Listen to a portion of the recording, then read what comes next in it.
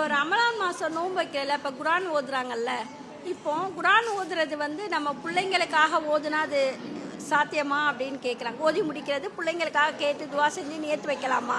சகோதரி என்ன கேட்குறாங்க அப்படின்னா, இந்த ரமலானுடைய மாதத்தில் குரானை ஓதுகிற பொழுது மற்றவர்களுக்காக, குறிப்பாக குழந்தைகளுக்காக நாம ஓதி துவா செய்யலாமா, அப்படி செய்து கொள்ளலாம் என்று சொல்லுகிறார்கள். சில பேர் என்ன சொல்லுவாங்கன்னா, இறந்தவர்களுக்கு, மரணித்த தருவாயில இறந்து போன நபர்களுக்காக குரானை ஓதி அவர்களின் பெயரில் நாம் துவா செய்யலாம், அவர்களுக்காக அனுப்பி வைக்கலாம் என்றெல்லாம் சொல்லப்படும். இப்ப இஸ்லாமிய மார்க்கத்தை பொறுத்தவரைக்கும்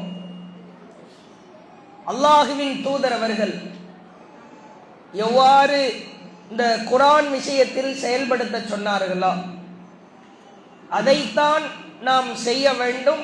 அப்படி செய்கிற பொழுதுதான் நன்மைகள் மிகச் சரியாக கிடைக்கும்.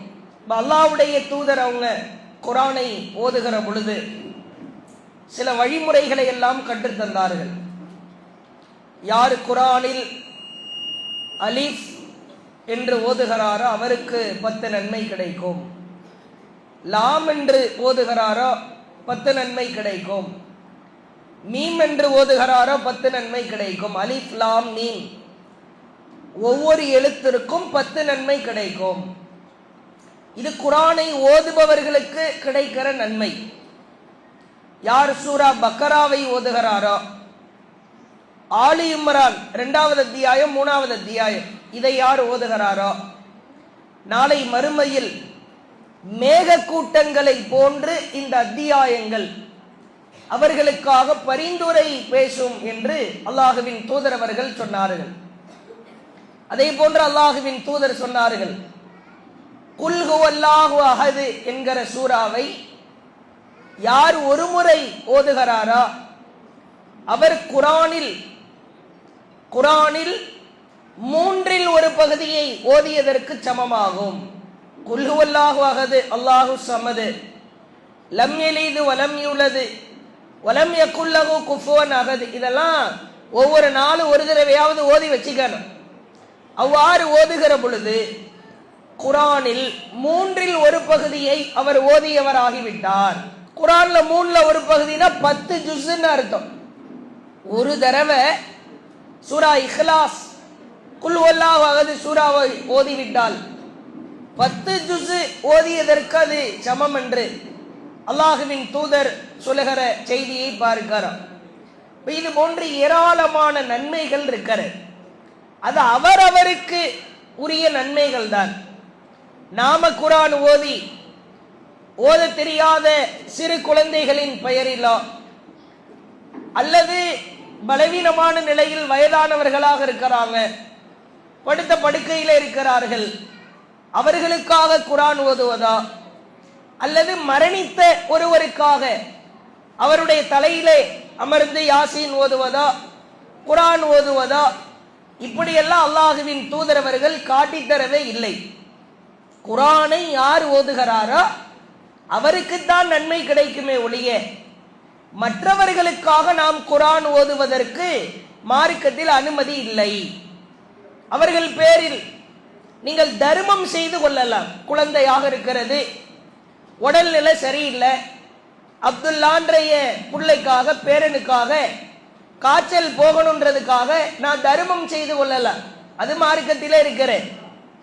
மரணித்த ஒருவர் பெற்றோராக இருக்கிற பொழுது, தாய் தந்தையராக இருந்தால் நம்முடைய பெயரில் உயிரோடு இருக்கிற பொழுது எப்படி தர்மம் செய்கிறோமோ, எங்க அம்மா ஆயிஷாவுக்காக நான் ஒரு 500 ரூபாய் தர்மம் செய்கிறேன், என்னுடைய தந்தை அப்துல் கஃபூருக்காக இப்ராஹிமுக்காக நான் ஒரு 500 ரூபாய் தர்மம் செய்கிறேன், அவங்க மௌத்தா போனா கூட தர்மம் செய்வதற்கு நமக்கு அனுமதி இருக்கிற.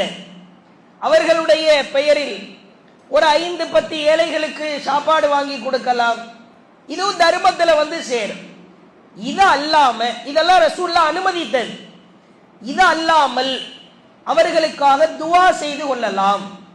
நம்முடைய பிள்ளைகளுக்காகவோ பெற்றோருக்காகவோ அல்லாஹ் கிட்ட எவ்வளவு நாளும் துவா செய்து கொள்ளலாம். அவர்களுடைய பேர்ல நான் ஒரு 2 ஜுஸு ஓதுகிறேன், 1 ஜுஸு ஓதுறேன், சூரா யாசீன ஓதி அல்லாஹ் கிட்ட இன்னாருக்காக உன்கிட்ட சப்மிட் பண்ற இறைவா, சமர்ப்பிக்கிற இறைவா அப்படின்லாம் நாம சொல்லவே முடியாது. அதற்கு மார்க்கத்தில் எல் முனை அளவிற்கு கூட அனுமதி கிடையாது. அல்லாஹ்வின் தூதர் சொன்னார்கள், மன் அமில அமலன் லைஸ அலைஹி அம்ருனா ஃபஹுவ ரத்துன். நான் சொல்லாத ஒன்றை நான் சொன்னதாக எவர் அமல் செய்கிறாரோ ஃபஹுவ ரத்துன், அது ரத்து செய்யப்படும் என்றார்கள். அது ஏற்கப்படாது, அதற்கான நன்மைகள் கிடைக்காது என்றார்கள். குழந்தைகளுக்காக துவா செய்யுங்கள், முடியாத பெரியவர்களுக்காக பெற்றோருக்காக நீங்கள் பிரார்த்தனை செய்யுங்கள், அவர்களின் பெயரிலே தர்மம் செய்யுங்கள், சாப்பாடு வாங்கி கொடுங்கள். இது மார்க்கத்தில் உள்ளது. அவர்களின் பெயரில் குர்ஆன் ஓதுவது என்பது மார்க்கத்தில் அல்லாஹ்வின் தூதர் கற்றுக் கொடுத்தது இல்லை என்பதை இந்த கேள்விக்கு பதிலாய் சொல்லிக் கொள்கிறோம். அல்லாஹு அக்பர், அல்லாஹ்